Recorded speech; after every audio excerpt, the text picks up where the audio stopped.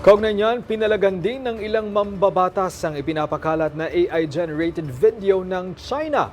Sinomer Corporal sa detalye.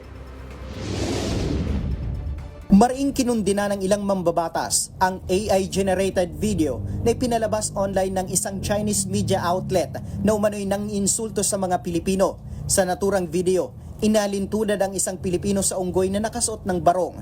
Hawak ang kopya ng 2016 Arbitral Award na ipinapakitang umano'y kinukontrol ng United States at Japan. Ayon kina Deputy Speaker Paulo Ortega, Deputy Speaker Jay Kung Hoon, Representative Sia Alonto Adjong at Representative Ernix Junicio, isa lamang ito sa propaganda ng China matapos mabigong pawalang bisa ang 2016 arbitral ruling. Imbes umanong irespeto ang international law, pinili rin anila ng China ang pananakot, pangaras sa mga Pilipinong mangingisda at pagpapakalat ng mga mapanirang impormasyon. Pinuri rin ng mga mambabatas ang administrasyon ni Pangulong Ferdinand R. Marcos Jr. sa patuloy na pagtataguyod sa soberanya at karapatan ng Pilipinas sa West Philippine Sea. Samantala, binigyang diin ni Pinoy Workers Party List Representative Carl Joseph Fernandez Legaspi na hindi kayang burahin ng anumang propaganda ang katotohanan o ang karapatan ng Pilipinas sa West Philippine Sea. Kaugnay nito, siniguro ng mga mambabatas na patuloy nilang isusulong sa Kongreso